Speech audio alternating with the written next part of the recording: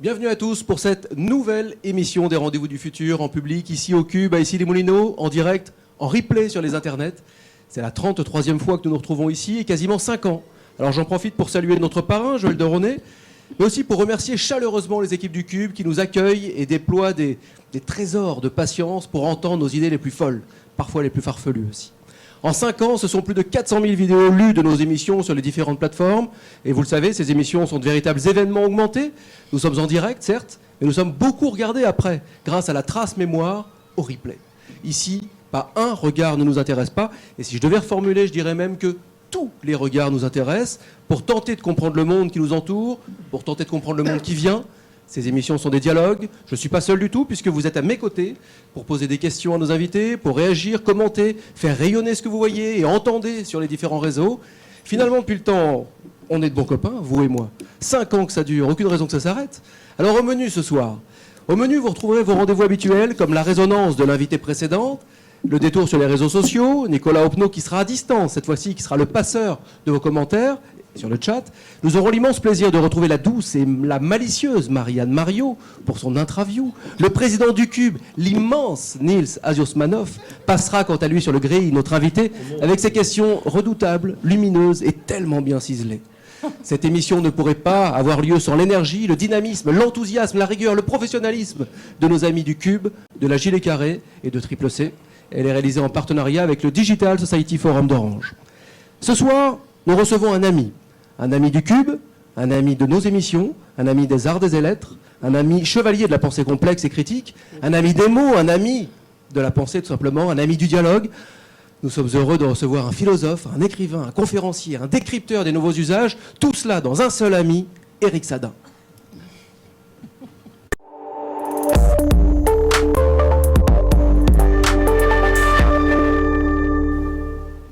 Éric, bonsoir. Bonsoir, Édouard. Merci de vous prêter à ce jeu de l'émission des Rendez-vous du Futur, donc 33e invité. Merci beaucoup. Alors, à la lecture... Merci pour la gentillesse de l'accueil. À la lecture de votre livre, La vie algorithmique, critique de la raison numérique, aux éditions L'Échappée, un livre qu'on évidemment on vous recommande chaleureusement, et un livre qu'évidemment nous avons lu. Alors un livre, moi, qui m'a donné une impression assez étonnante. J'ai eu l'impression que vous êtes un historien en 2100 et que vous regardez dans votre rétroviseur notre époque, l'époque actuelle, l'époque où on nourrit nous-mêmes une espèce d'hydre maléfique qu'on n'arrive pas à nommer, une époque où on se lâche, on a besoin de notre like, de notre shoot de like. Vous en parlez dans le livre. Vous êtes un historien, vous êtes aussi un romancier, on sent quand même, vous avez envie parfois de laisser échapper les mots, juste les mots, un chercheur rigoureux comme un historien, pour brosser le panorama de notre société.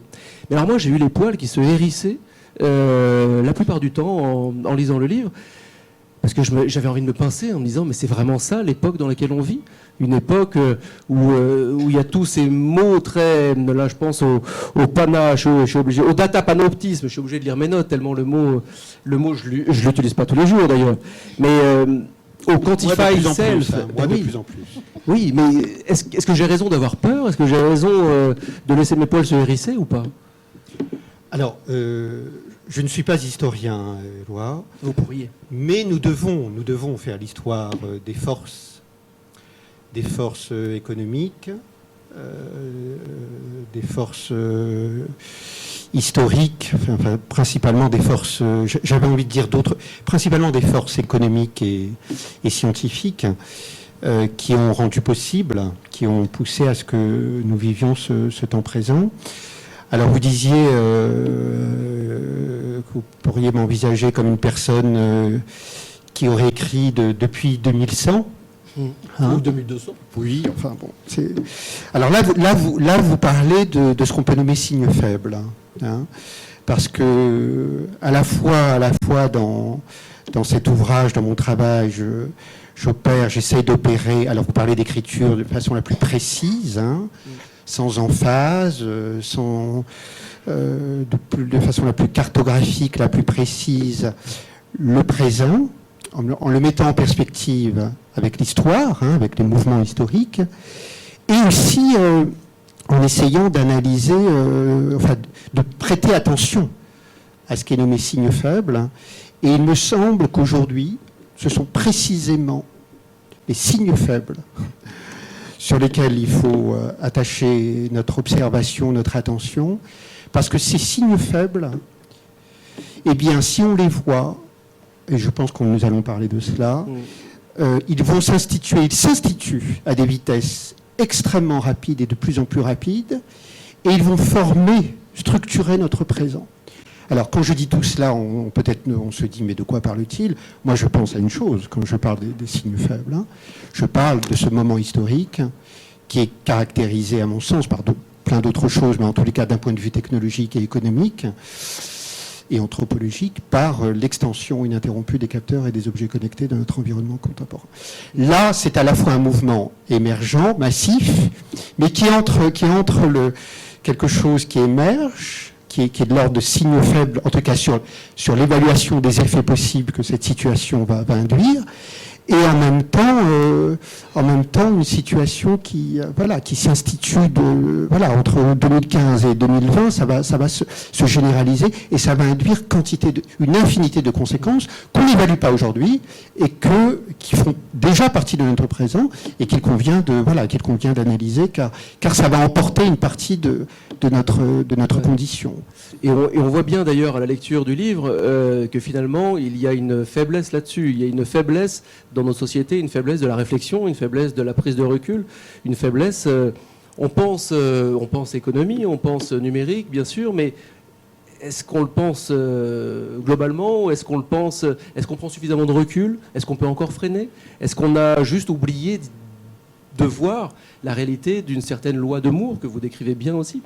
En gros, comment faire pour juste faire un tout petit peu pause?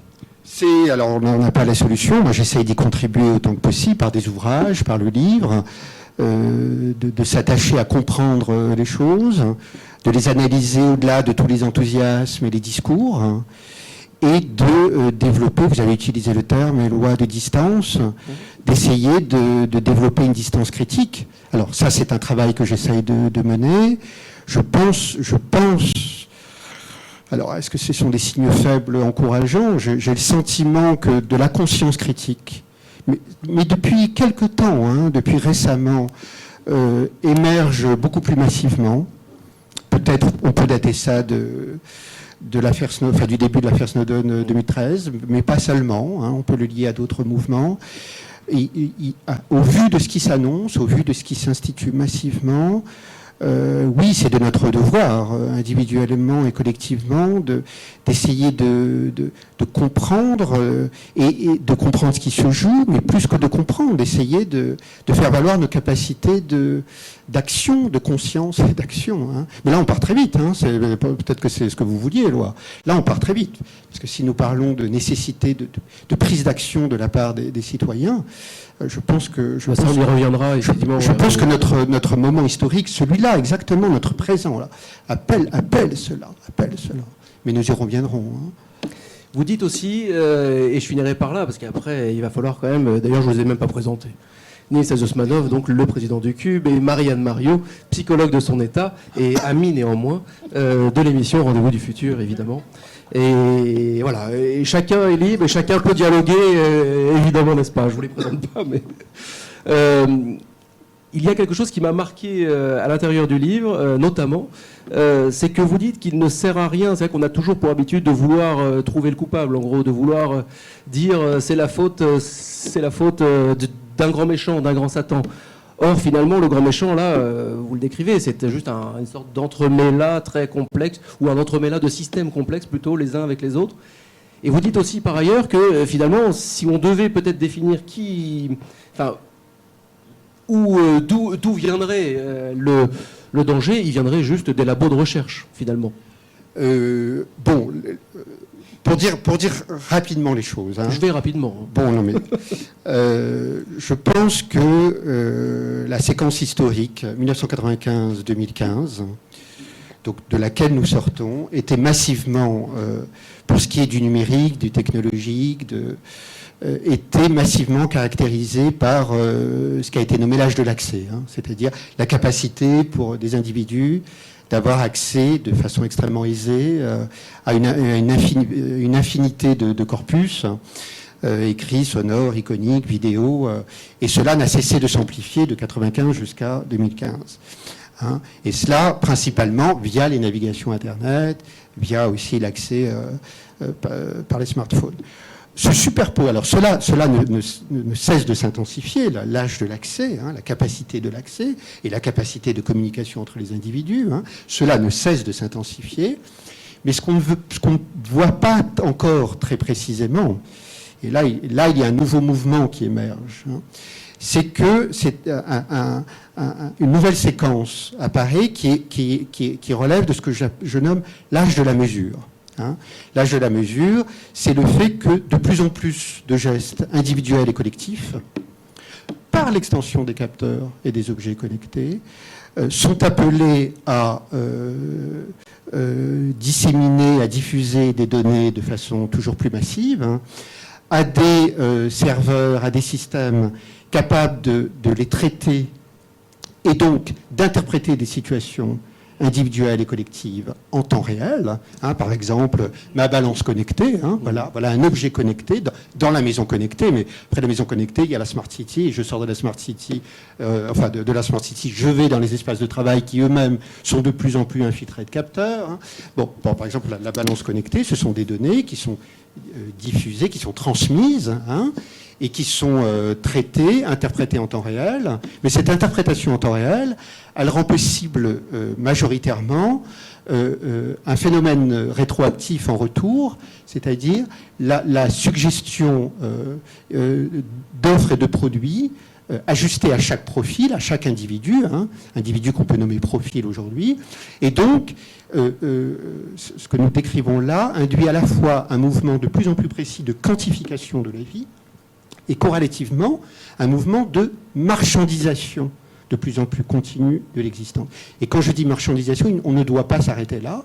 On doit juste, pour terminer cette première incise, cela induit aussi, notamment dans les espaces de travail, mais plus largement dans le cadre de l'ensemble de nos sociétés, avec le mouvement de marchandisation par la connaissance des états individuels et collectifs, des phénomènes de régulation algorithmique de nos existences, c'est-à-dire d'organisation hyper rationalisée en vue de l'optimisation, la fluidification et la sécurisation des situations individuelles et collectives.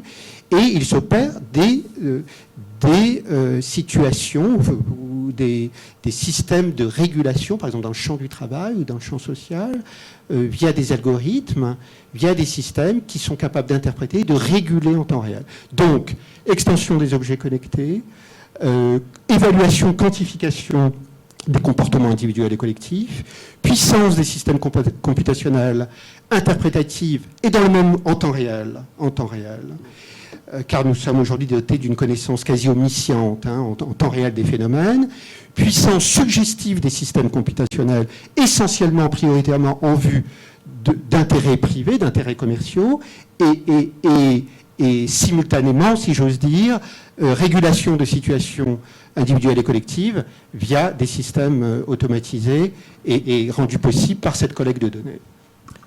Un petit jeu. Donc là, nous ne sommes pas dans l'âge de l'accès. Donc là, Éloi, nous sommes dans l'âge de l'accès. Dans l'âge de la mesure. Mais l'âge de la mesure, de la quantification, de la marchandisation et de la régulation algorithmique de la vie. Donc vous voyez, quand on parle d'Internet, navigation, là, ce n'est plus les individus face à l'écran. Hein.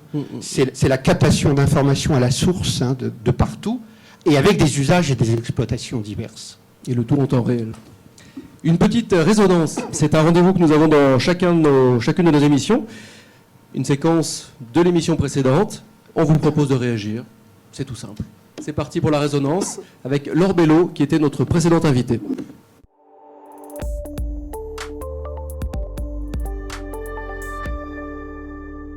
Pourquoi Isabelle Falque-Perrotin dit qu'il faut armer la foule?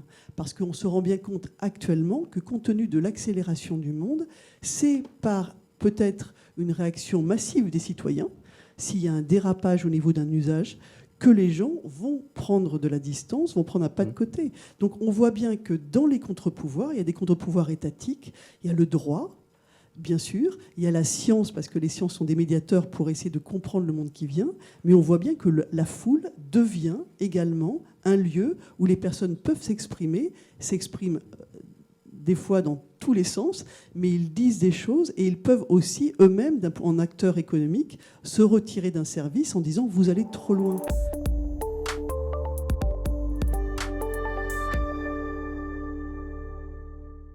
Eric, est-ce que vous avez une réaction éventuellement sur cette petite tirade, séquence? Eh bien, les idées se diffusent, j'ai envie de dire, car j'ai fait une émission avec Laure Belot en mars sur France Inter chez Mathieu Vidard. Je n'ai pas du tout entendu ce discours.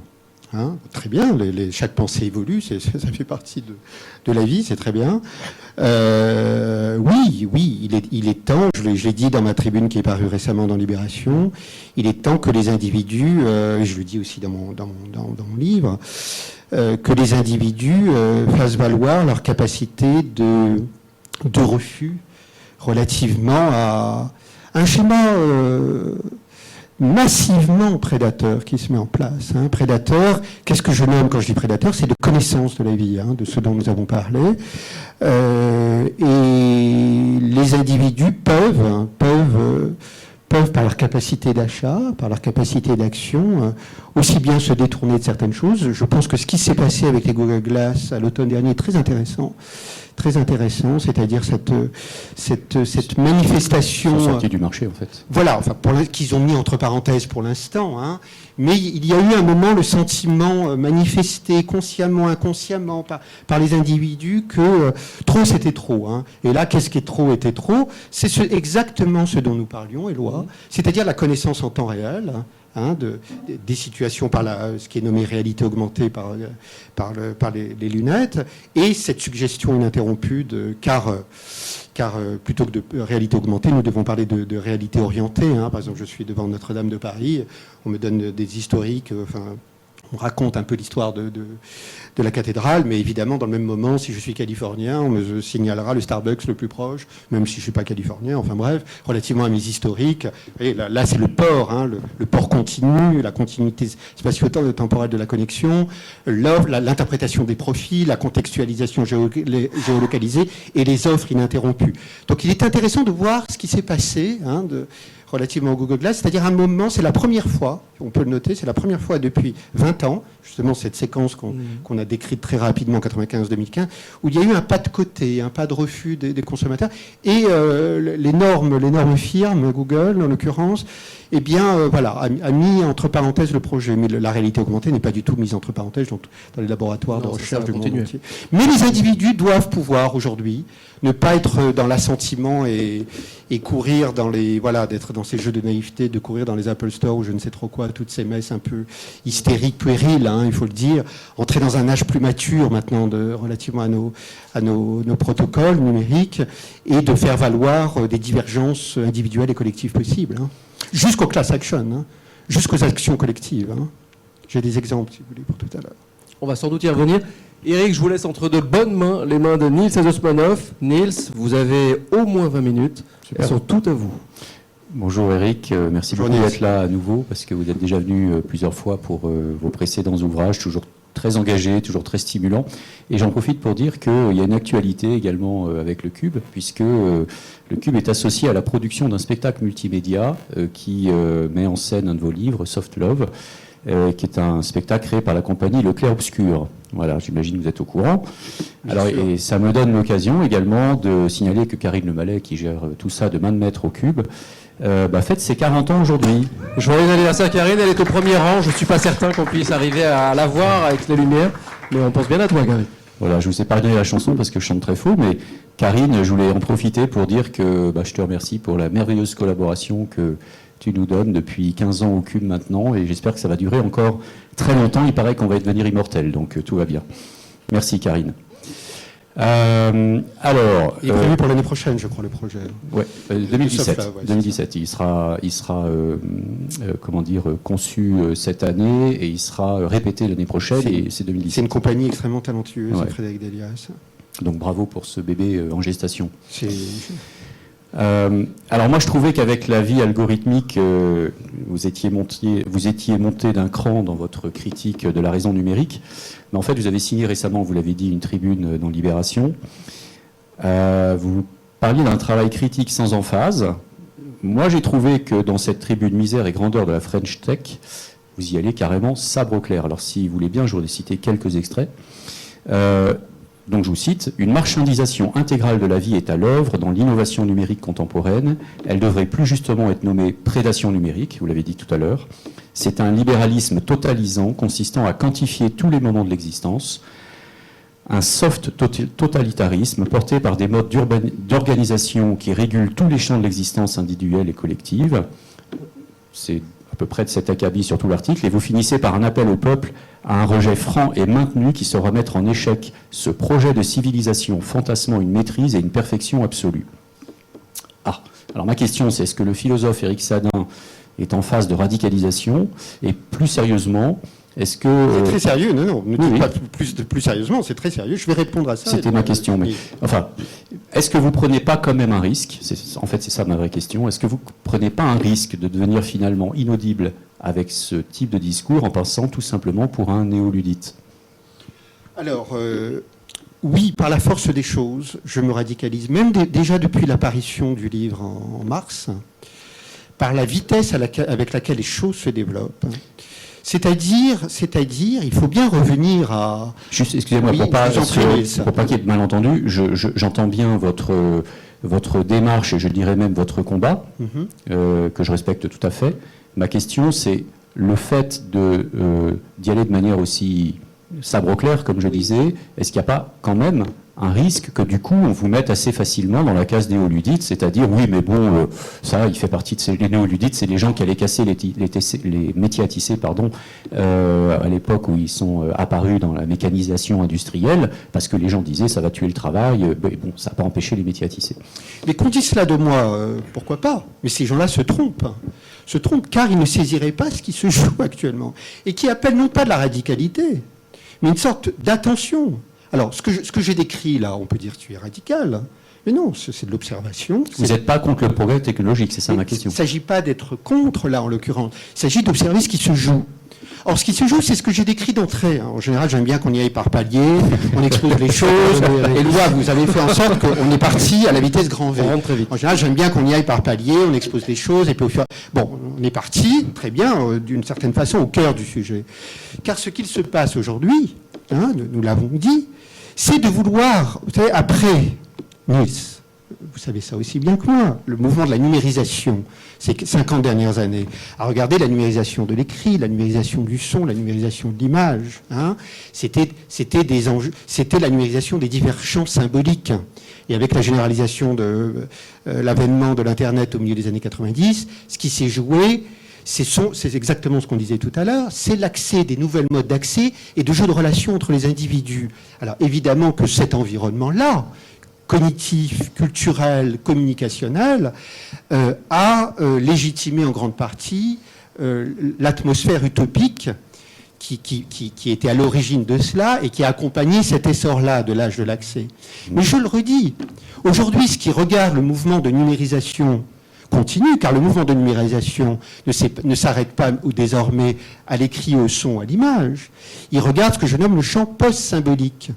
Et le champ post-symbolique, c'est de... Vous savez, j'ai entendu parler de bikini connecté, de tétine connectée.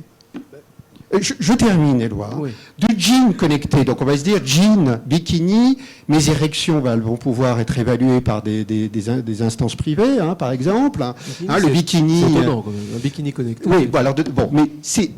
Pourquoi je dis cela? C'est-à-dire, tout ce qui peut être infiltré de capteurs aujourd'hui est en train de l'être. Donc là, nous ne sommes pas dans les cris, nous ne sommes même pas dans la manifestation de nous-mêmes. Nous sommes dans les fragments, la manifestation du réel qui est captée à la source et qui va induire à terme, mais là, dans les 10 ans à venir, c'est ce qui est en train de s'instituer, qui va induire une connaissance en temps réel des situations individuelles et collectives, et je l'ai dit, c'est cela qu'il faut bien entendre. C'est cela, ce moment technologique, économico-technologique majeur, qui induit cette connaissance et la rétroaction dans le même mouvement, je le redis parce qu'il y a des moments il faut redire les choses, mais après c'est promis, je ne le redirai pas, de l'offre ininterrompue de produits et de services collés à chaque instant du quotidien. Hein. C'est-à-dire à la fois une connaissance approfondie de la vie et à la fois le long du quotidien, de nos quotidiens. Quand je dis nos quotidiens, c'est la maison, les matins infiltrés de capteurs, la balance, la cafetière, l'ascenseur, la Google Car qui vient nous chercher, qui sait tout de nous, les Samsung, les télévisions connectées Samsung, le télécran d'Orwell, mes chers amis, le télécran d'Orwell, c'est une antiquité low-tech. Les téléviseurs Samsung enregistrent les conversations, les analysent en temps réel. Ça a été retiré, ça, disons. Non, c'est pas du tout retiré. Chrome, Google Chrome, par défaut, les conversations tenues par commande vocale. Donc, nous allons vers un témoignage intégral de la vie, la marchandisation intégrale de la vie, et l'algorithmisation, qu'est-ce que ça veut dire? C'est la régulation de situations, notamment dans les champs du travail, mais la Smart City et quantité d'autres champs, par des systèmes dits intelligents, automatisés et autonomes. Alors, si décrire cela, Niels, c'est être radical, il est temps juste de recadrer le potentiomètre et de saisir individuellement et collectivement ce qui se joue et d'avoir la conscience, la capacité citoyenne, éthique et la conscience de dénoncer ce modèle qui n'est pas seulement, qui est le modèle industriel majoritaire et massivement structurant. Il est temps de le dénoncer car il engage au-delà d'un modèle industriel, un modèle civilisationnel fondé sur la quantification, la marchandisation et la régulation automatisée algorithmique de la vie. Ma question ne portait pas sur le fond, sur la forme, hein, en fait. C'est-à-dire sur le fond, tout ce que vous venez de dire, c'est un constat, vous l'avez dit d'ailleurs, c'est une analyse. C'est ce que je fais dans ma tribune en Libération. Oui, mais avec des termes où je vous ai cités, ou quand vous parlez de totalitarisme... De soft totalitarisme. Ouais, mais enfin bon... Eh bien, je peux m'expliquer sur ça. De prédation numérique, etc. Ce que je veux dire, c'est que... Alors, pourquoi je dis ça? C'est parce qu'en face de vous, parce qu'on voit qu'il y a des controverses qui commencent à... Il est temps qu'il y ait des controverses. Les temps doivent être à la controverse. Il y a donc des controverses qui commencent à s'animer via les médias interposés, notamment Laurent Alexandre, je crois, a publié une tribune aujourd'hui, ou enfin en tout cas très récemment. Ah, j'ai pas vu. Enfin, voilà, où il écorne un petit peu François Hollande, si je dis pas de bêtises. Hein. En gros, il dit François Hollande est un président très intelligent, mais il a absolument rien compris à tout ce qui est en train d'arriver. Laurent Alexandre Ce que je ne crois pas du tout. Mais bon. Non, je cite l'article. Et donc, on voit qu'aujourd'hui, effectivement, il y a des positions qui tranchées, ce qui est normal, puisqu'il y a un débat, une controverse qui se prennent ça et là. Et Laurent Alexandre, par exemple, est complètement à l'opposé d'une certaine manière de vos thèses, vous me direz si... Parfois, alors, il y a des personnes comme ça, quand elles sont en face de moi, elles disent on est d'accord. Hein. C'est comme Gilles Babinet, Ariel Kirou qui est dans la salle, me dit tu vas rencontrer ton opposé absolu. Gilles Babinet à Rouen avant-hier disait mais finalement on est d'accord. Je dis non, faisons valoir le différent. Faisons valoir des controverses.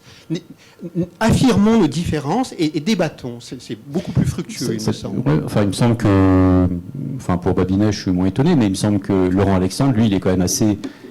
extrémiste entre guillemets, hein, sur la question des technologies du vivant, des possibilités, l'immortalité, etc. Enfin, il ne le dit pas comme ça, mais il n'est pas loin de ces thèses-là, quoi. Juste une petite question de curiosité. Cette tribune que moi j'ai trouvée quand même une fois de plus, très flamboyante, hein, d'une certaine manière, et qui est faite pour secouer les esprits, et voilà.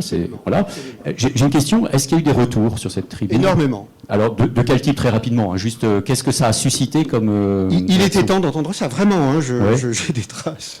Fan club qui est en train de... Pas fan club, Entendez Axel Lemaire. Il y a un aveuglement sur le modèle. Nous ne pensons qu'au sempiternel argument de la croissance et de l'emploi. Oui. Je veux bien que nous ayons besoin d'emploi. Hein, je veux bien que le modèle industriel de la France puisse favoriser de l'emploi. Nous sommes tous d'accord sur cela. Mais au nom de quoi nous ne voyons pas le modèle qui s'institue? Je suis allé dans une réunion devant 100 start-upers à Rouen la semaine dernière avec Gilles Babinet. ils sont, voilà, le modèle majoritaire, c'est celui que j'ai décrit. Le modèle majoritaire, c'est Rifkin, c'est... Oui, mais le modèle majoritaire dans le modèle industriel de start-up, c'est collecte de données, quantification, marchandisation, suivi ininterrompu, et celui de Randindi, par exemple, des assistants personnels robotisés, donc le guidage, l'accompagnement continu de l'existence, ou des start-up comme Start Me Up, je crois, à Grenoble, de réalité augmentée, en vue de, voilà, une fois de plus, de concourir à un accompagnement ininterrompu de nos existences. C'est la datafication, quand vous dites la datafication du monde. Voilà. Alors, si nous ne savons pas, au-delà de ce modèle industriel, voir le modèle civilisationnel qui est à l'œuvre, et que dans le même moment, tant de bonnes âmes, Niels, regarde-moi, Niels. Oui. Tant de bonnes âmes se sont offusquées, indignées. Alors moi, j'ai vu sur le site du Monde, c'est l'indignation nationale, un projet de loi sur le renseignement. Bon, écoute, moi j'ai écrit un livre sur la surveillance en 2009, donc j'avais vu ça venir depuis très très longtemps. Nous parlions de signes faibles et lois. Il y a eu l'affaire Snowden et révélation de Snowden en 2013. Ça a prouvé que je disais pas trop de bêtises, sauf que je dis que cette loi sur le renseignement, évidemment, elle est à condamner. Mais mes chers amis qui vous indignez, car il n'y a rien de plus facile de s'indigner, on écrit, on fait quelques tweets et on est dans la bonne conscience. Cela, S-E-C-E-U-X, reste prisonnier de schémas et binaires, méchant gouvernement, pauvres citoyens surveillés. Ce qu'il se passe aujourd'hui, ce qui est en train de s'instituer, le projet de loi, enfin pas le projet, elle est votée, la loi sur le renseignement, n'est rien du tout à l'égard de ce qui s'institue et de ce qui va se développer dans la connaissance ininterrompue et ô combien plus approfondie, ça ne va pas être une navigation Internet, de la vie détenue par des quantités d'instances privées de plus en plus agrégées entre elles les données, et, pour terminer sur cela, auxquelles les mêmes agences de renseignement pourront venir ou non se brancher. Donc, est-ce que vous voyez, est-ce que nous voyons le modèle de connaissance, et ce qui n'induit pas seulement de la connaissance, qui induit, je reviens sur cela, la marchandisation intégrale, c'est-à-dire qu'un capteur, là, c'est que peut-être tu fais 0,3 degrés de plus depuis une demi-heure, on va te proposer des compléments alimentaires automatisés. Là, tu n'as pas encore les lunettes, mais voilà, tu sors. C'est ce modèle-là, celui de l'innovation numérique. Or, ce modèle d'innovation, c'est un modèle de civilisation. Ce modèle de civilisation fondé sur la quantification et la marchandisation et la régulation, moi, je le réprouve. Et il serait temps que les individus, que les citoyens, que les sociétés en conscience, soit à minima débattent de cela, ce que nous faisons aujourd'hui, soit émettent des effets de rejet et de divergence dans les actes, et pas seulement dans le cas de l'indignation. En l'occurrence, vous l'avez dit vous-même, ça arrive. Quand la Google Glass ne rencontre pas son marché parce que justement il y a un malaise autour de ces applications, quand on se rend compte que finalement cette réalité augmentée est peut-être une réalité diminuée parce qu'elle va conditionner nos choix, et je pense que les gens sont peut-être pas si bêtes que ça finalement, voilà, il y a quand même des réactions qui s'opèrent de manière assez... Donc je ne suis pas radical, je décris la réalité dans ma... Mais la réalité est radicale. Voilà. Il y a quand même une chose elle est très aiguë, cette réalité contemporaine. Il y a quand même une chose que je voudrais comprendre, et c'est peut-être très naïf ma question, c'est que cette fameuse datafication, j'aime bien du monde, le fait de tout enregistrer, tout indexer, tout enregistrer, tout modéliser, alors peut-être certes que ça entraîne et que ça va entraîner encore des dérives, mais ça a aussi permis à des personnes, on les a citées comme Assange ou Snowden, de révéler des vérités cachées, des informations qui étaient jusqu'alors totalement inaccessibles au commun des mortels. Finalement, c'est le pharmacon, c'est-à-dire le remettre dans le venin. Alors vous allez me traiter d'utopiste naïf, ça fait partie des catégories qui est dans votre livre. Mais la question, c'est en devenant global, certes avec l'aide des hackers, ça se fait pas tout seul, la transparence, donc la transparence globale, quelque part, elle met aussi le pouvoir à nu, elle met aussi des systèmes à nu, et finalement, cette connaissance-là, ça fait peut-être, au bout du bout, avancer la démocratie. Oui, mais là, j'entends ce que vous dites, Niels. Bon, sur Assange, j'aurais tant à dire, mais là, on n'a pas le temps. Là, vous parlez de corpus écrits, de corpus écrits qui sont interceptés. Moi, je ne parle pas de corpus écrits. Je parle de phénomènes du réel. Oui, mais si un Assange écrit... si un Assange fait son travail, si des hackers, comment on appelle ça, des lanceurs d'alerte, dont vous faites peut-être partie d'ailleurs, se créent ici et là, s'interconnectent et blablabla, c'est peut-être en réaction justement à tout ce système qui se met en place d'ailleurs de façon... Est-ce qu'on peut dire qu'il se met en place de façon manichéenne? Certainement pas. Finalement, on est tous co-responsables de cet état de fait, c'est-à-dire qu'on court tous comme un troupeau bêlant devant les nouvelles technologies avec les phares dans les yeux. On est tous contents d'avoir notre smartphone, d'avoir tous nos objets connectés, etc. Donc quelque part, on est tous complices de cette histoire. Et cette histoire, donc, crée ce que vous analysez très bien. Et de fait, il y a des réactions qui se passent. Et il y a des gens, les hackers, etc., qui disent, non, on va aller soulever le capot, on va les regarder. Mais du coup, ça met à jour plein de choses. Un peu comme quand l'imprimerie est arrivée, que la connaissance s'est diffusée, ça a permis, c'était Luther qui disait, un homme avec la Bible dans la main devient le pape. On désintermédie d'une certaine manière tout un tas d'informations, quoi. Il faut être attentif à ce qui se passe actuellement. Il faut essayer de saisir ce qui se passe actuellement. Quand vous dites lanceur d'alerte, c'est étonnant. Depuis quelque temps, c'est un terme que j'ai entendu assez souvent relativement à ma personne. Et de plus en plus, je me pense comme cela, parce que je pense qu'il est urgent de saisir ce qu'il se passe. Mais on peut toujours, mais ça c'est une chose que j'exclus actuellement, on peut toujours essayer d'évaluer les avantages et les inconvénients. Mais en évaluant les avantages et les inconvénients, in fine, on amende le mouvement. On amende le mouvement en cours. Or, il est temps de saisir ce qui est ce que je nomme majoritairement structurant. Oui, mais ce que nous avons décrit, Nietzsche, ce que nous avons décrit là, c'est majoritairement structurant. Alors moi, je veux bien ce matin, avant de venir ici, parce que c'était supposé être futur en scène, puisqu'on a 2 semaines de retard. C'est futur en scène. Bon, c'est encore futur en scène. Alors, j'ai jamais pris le temps de regarder le programme. Je l'ai vu de près ce matin. Alors, que n'ai-je vu? Évidemment, c'est toujours les grandes intentions louables. Remettre l'humain au centre. Mais l'humain est au centre. Mais plus que jamais, l'humain est au centre. L'humain est au centre par des capteurs. C'est l'humain qu'on vient capter aujourd'hui. L'humain est au centre. Mais ne vous détrompez pas. L'humain est plus que jamais au centre. C'est-à-dire, c'est les manifestations de l'humain, quoi qu'il fasse ou qu'il aille, qui constituent le modèle. Alors j'ai bien compris que quand l'édito quasi lyrique de Futur en scène, de la brochure, nous ne parlons pas du même centre et du même enjeu. Et je me suis dit en lisant ça, mais vous avez raison, en vous trompant, enfin à mon sens, c'est évidemment l'humain qui est au centre. Comme source ininterrompue de dissémination de données et de captation et de suivi ininterrompu.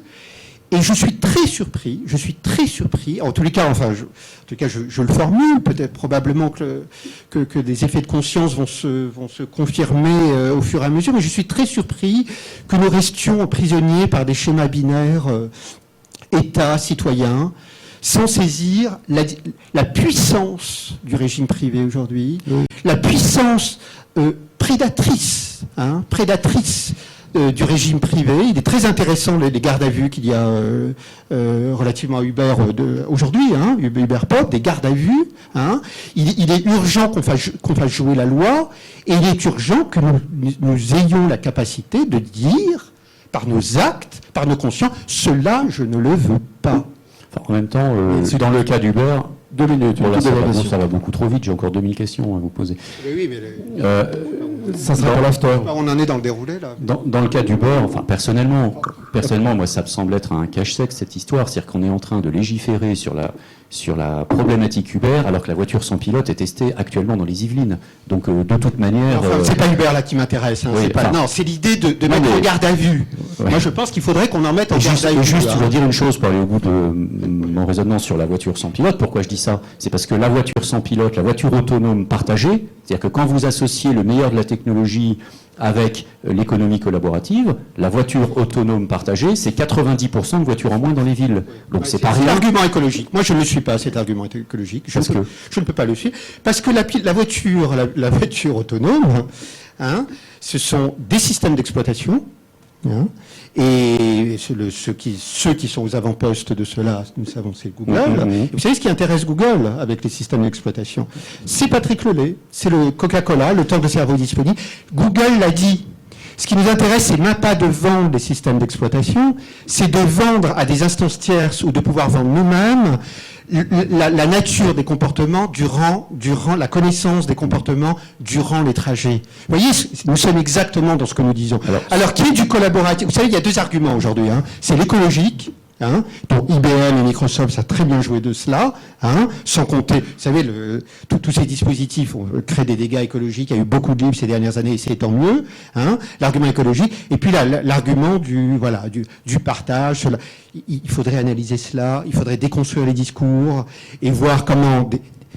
prioritairement, une fois de plus, ce qui se joue, c'est la récolte de données, de la connaissance, et exactement le modèle Google, de Google Comme Car. il reste très peu de temps, Oui.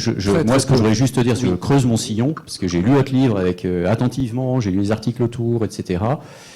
Je trouve que votre analyse, elle est, comment dire, absolument concrète, bien faite, puissante, blablabla. Simplement, ce qui me gêne un peu, c'est que j'ai l'impression que ça évacue, du coup, et vous l'aviez un peu dit tout à l'heure, tout ce qui est autour, parce que si on commence à le mettre, ça va... Hein. Or, vous allez juste nous désespérer. Mais il y en a...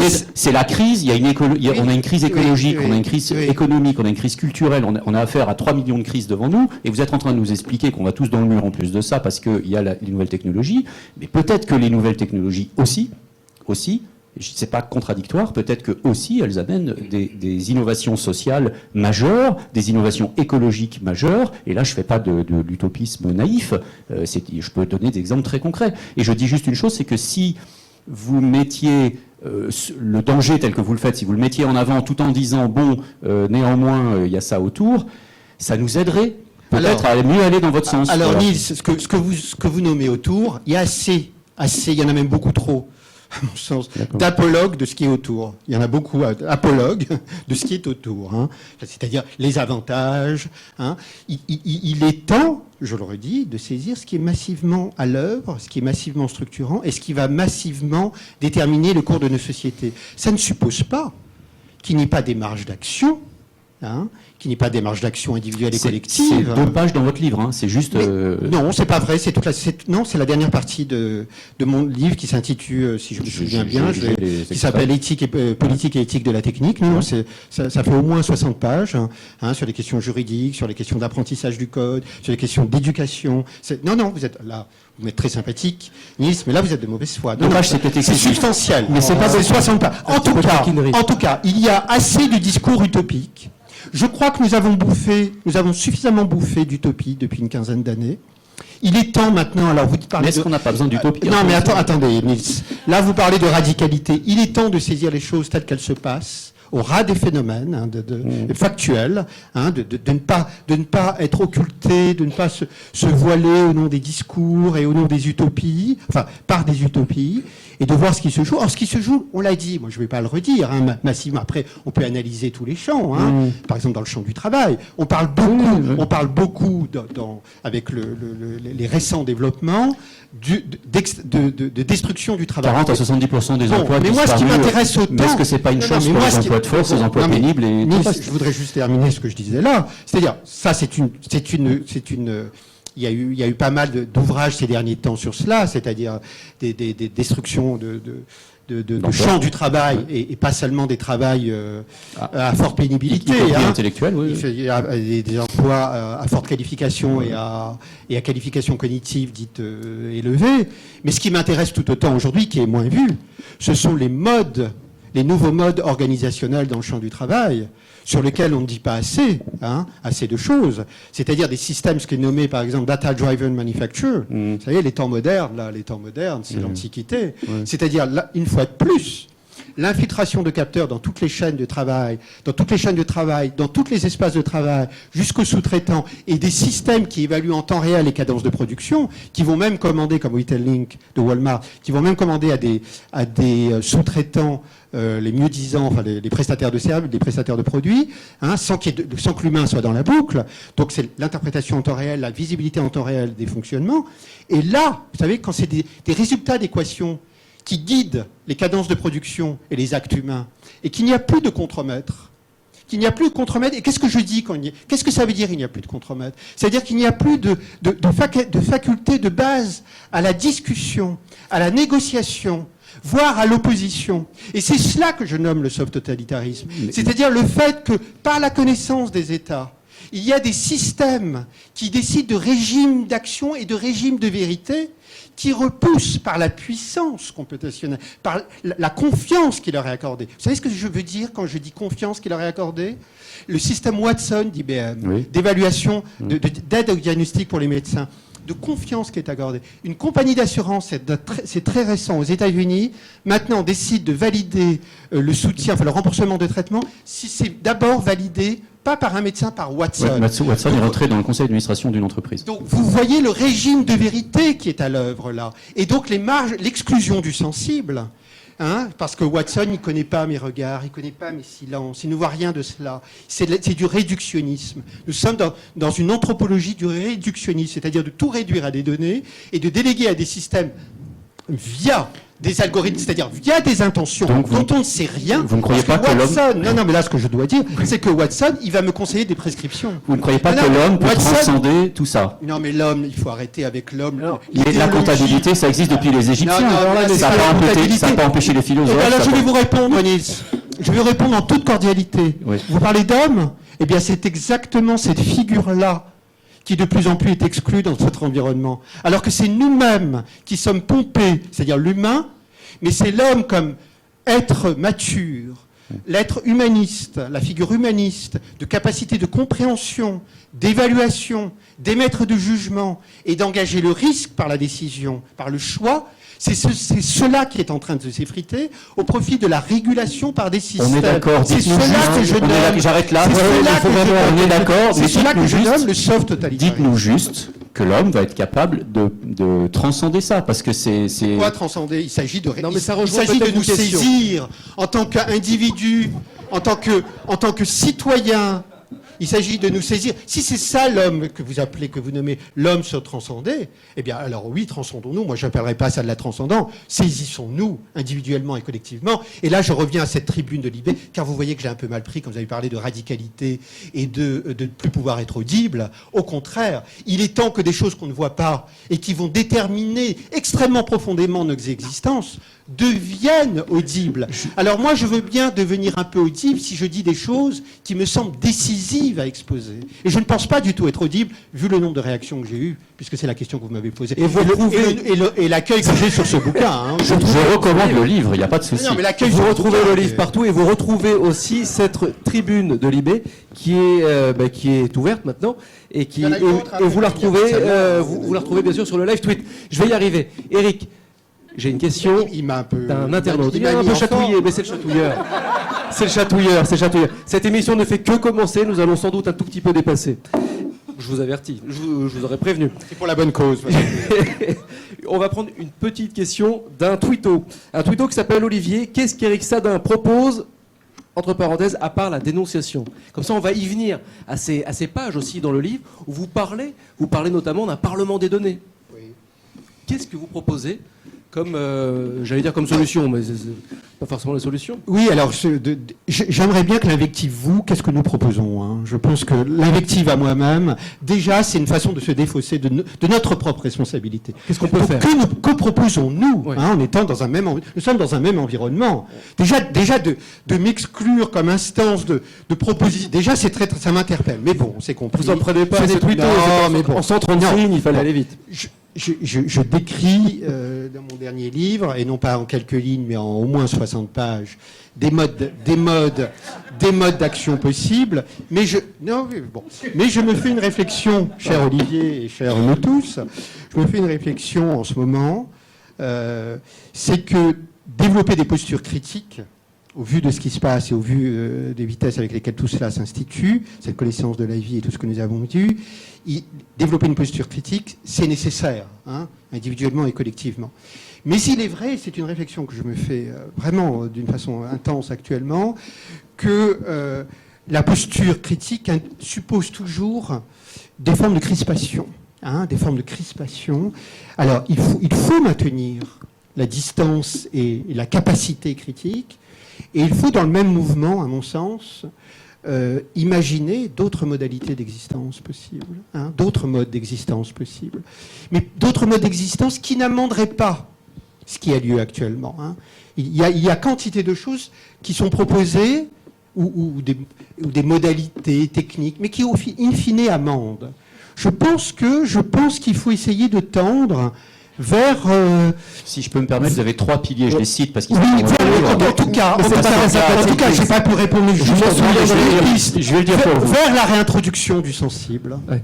Vers la distance prise avec le régime et les vertus désormais cardinales, mais une fois que j'ai dit ça, il s'agit de le mettre en acte, les vertus désormais cardinales que sont l'optimisation de tous les champs d'existence, la fluidification de toutes les choses, et le partage, le copartage, tout ça va aller plus vite, etc.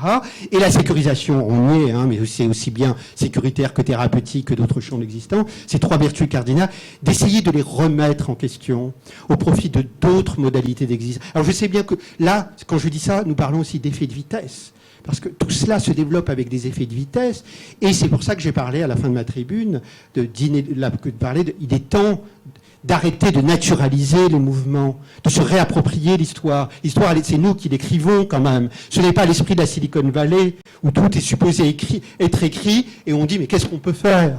Eh bien, à minima, c'est de se dire que nous sommes des forces agissantes. Et vous parlez du politique également, du politique dans le livre, et de sa place. Le politique a sa place dans ce monde-là. Ah ben, il est temps aussi de considérer les questions techniques et économiques comme des enjeux éminemment et prioritairement politiques. Et la jonction entre le politique et l'éthique, ce que vous dites. Mais évidemment, politique, qu'est-ce que ça veut dire ? Ça veut dire la prise de conscience que cet environnement-là interfère sur nos modes d'existence, hein, sur le mode de la cognition humaine, sur la nature des relations entre les individus, sur nos modes continus d'existence et divers, et donc cela a une valeur, un pouvoir de gouvernementalité, un pouvoir politique, et donc il faut exercer à toute échelle notre pouvoir politique, mais sans compter sur le pouvoir politique qui lui-même est dans la collusion. Le pouvoir politique aujourd'hui est dans la collusion. C'est ce que je dénonce aussi dans ma tribune, c'est-à-dire qu'on dit la déconnexion des élites.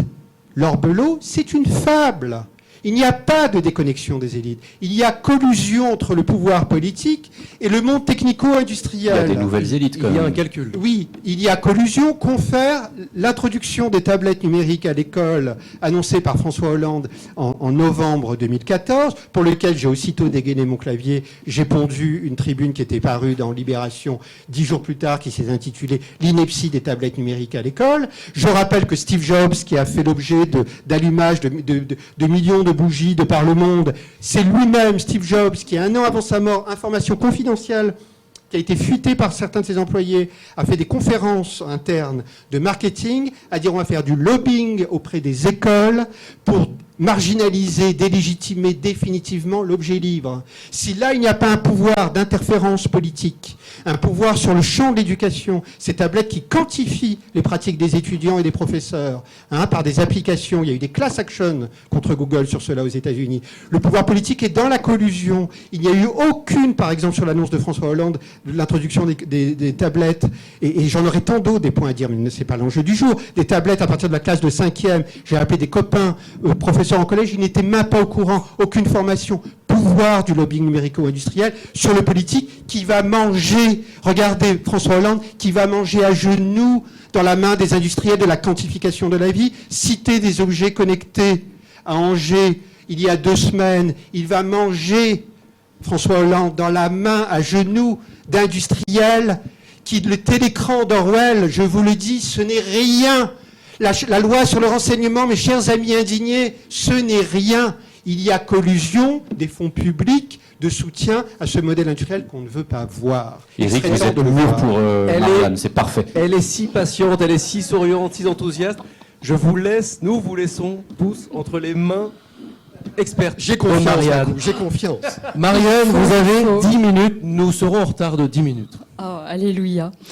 Alors, une petite interview, normalement, c'est le temps, avec une petite règle du jeu, des questions courtes, des réponses courtes. Un petit temps d'apaisement. Je ne suis pas spécialiste de ça, Marianne. Mais c'est pas grave, va essayer. on va improviser. On va faire au mieux. Une première question, donc pour vous connaître mieux et concernant vos valeurs fondatrices, de quelle certitude ou incertitude faites-vous votre viatique ?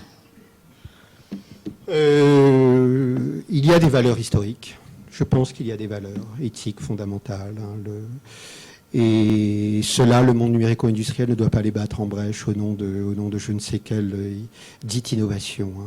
La dignité humaine, c'est-à-dire la capacité pour les individus à vivre à l'abri du regard d'autrui, de ne pas avoir un rapport utilitariste à autrui, les Google Glass, rapport utilitariste. Je sais tout de vous, Marianne, si je vous croise dans la rue, par Google ou par d'autres entreprises, et de ne pas transformer la personne humaine comme un objet strictement marchand, et de croire quand même, de croire au sensible, à la réflexion humaine. Et quel meilleur objet pour entretenir la réflexion humaine que l'objet livre, qui est un objet fondamental, fondateur de nos sociétés, et qui est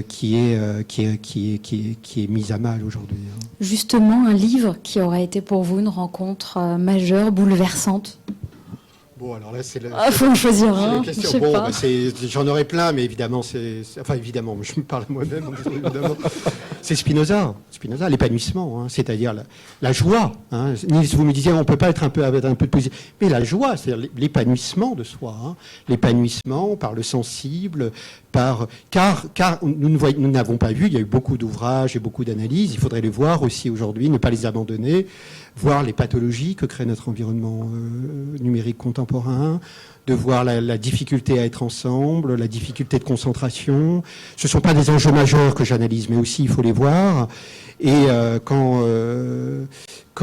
Spinoza parle d'élan joyeux, d'épanouissement, d'adéquation, de capacité à mettre en œuvre des cadres d'existence épanouissants, pour l'instant, après tous les discours utopiques qu'on a pu entendre ces dernières années, je ne vois pas du tout d'épanouissement dans cet environnement-là que nous avons. Ou alors il est si à la marge, cet épanouissement-là.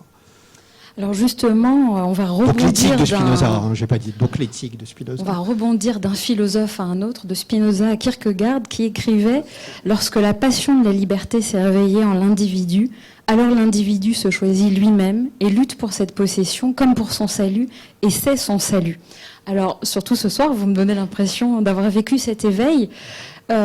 Jusqu'où iriez-vous pour préserver votre liberté ?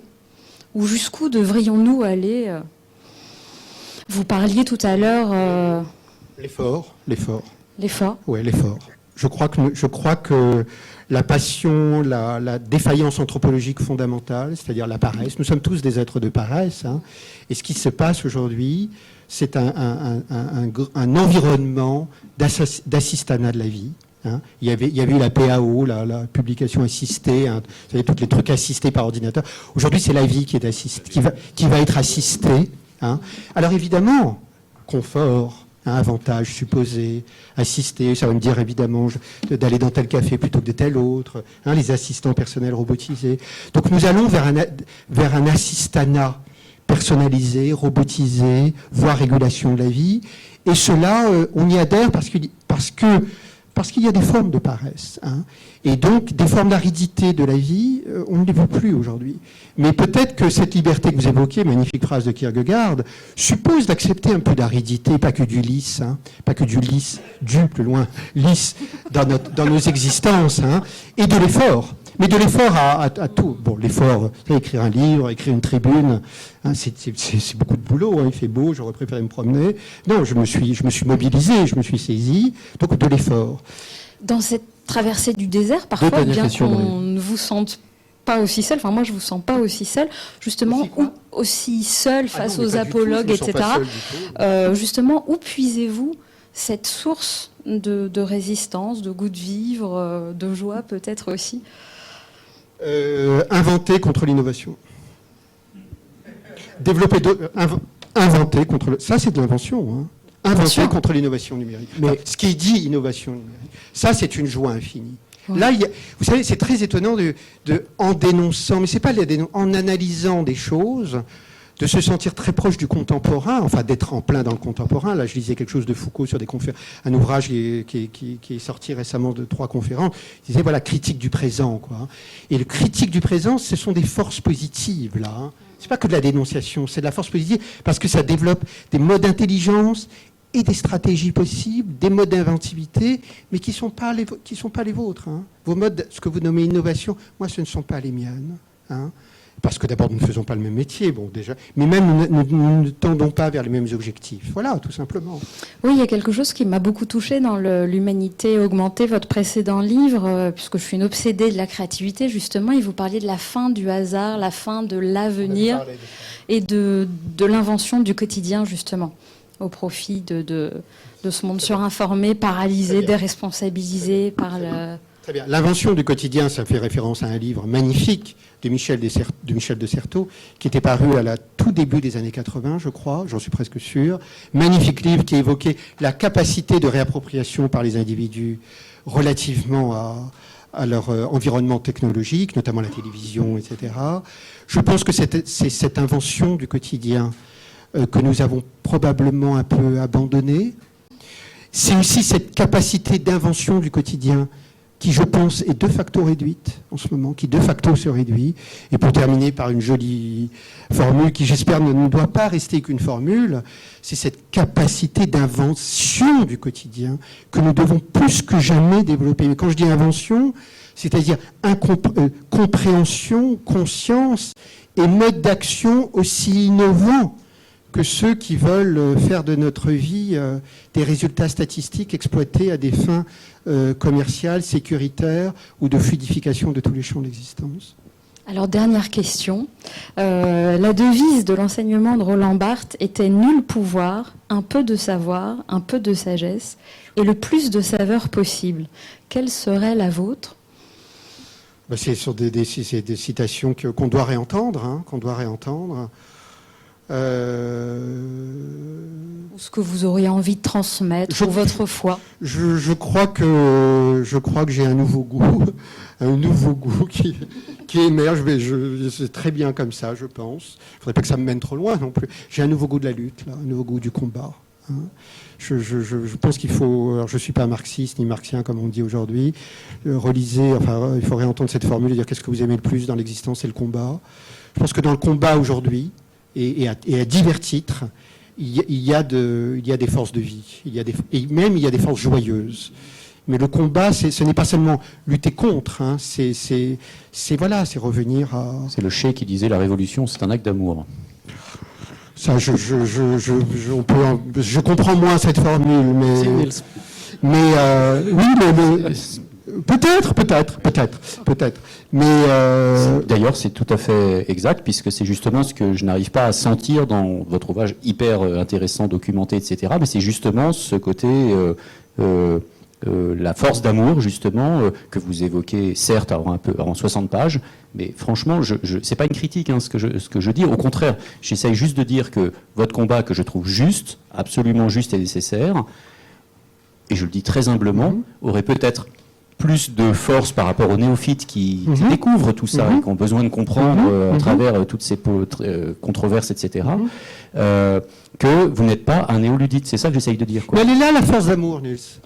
Elle est pas dans la 7e partie, la force d'amour. Elle est dans les 6 premières parties. Donc ce que je décris, c'est de la force d'amour. C'est de la force critique. Et de la force d'amour, c'est-à-dire de faire partager par mes analyses et par mes convictions, mais pas du tout, pas tant par mes convictions, par mes analyses poussées, car c'est énormément de travail, et un peu par mes convictions. Là, il y a de la force d'amour. Et peut-être qu'on peut se rejoindre là-dessus. Il y a de la force d'amour, parce qu'il y a de la force critique, et il y a de la force, puisque c'est un livre que je publie à donner aux autres, il y a de la force de transmission, donc une certaine forme d'amour également. Je suis contente de vous avoir réconcilié. Ouais, je trouve ça assez formidable de finir cette émission ainsi, de finir sur une force d'amour. Merci beaucoup, Eric Sadin. Merci d'avoir accepté notre invitation. Je rappelle que nous recommandons vivement la lecture de La vie algorithmique, critique de la raison numérique aux éditions de L'Échappée. Merci à toute l'équipe du Rendez-vous du Futur, à ses coproducteurs, Le Cube, l'agence Triple C et la JD Carré, à notre partenaire le Digital Society Forum d'Orange. Vous retrouverez cette émission très vite en vidéo et en podcast sur lesrendezvousdufutur.com. Suivez notre actualité sur Twitter avec le hashtag LeFirst et le hashtag RDVF. Un rendez-vous à noter avant de se quitter. Ce rendez-vous, c'est demain, tout simplement demain, en direct de Grenoble, un atelier du Digital Society Forum, notre partenaire. Quelques scoops aussi avant la rentrée, pour la rentrée. Si je vous dis Joseph Stiglitz, Jean-Marc Borrello, Francis Jutan, Mélanie Laurent, Cynthia Fleury, Thomas Piketty, ça reste entre nous, mais il y a de très fortes chances que vous les voyez bientôt, très bientôt, ici, chez nous, chez vous, quoi. Ici, dans les Rendez-vous du Futur. Bref, on se tient au courant. À très bientôt, à tout de suite sur les internets.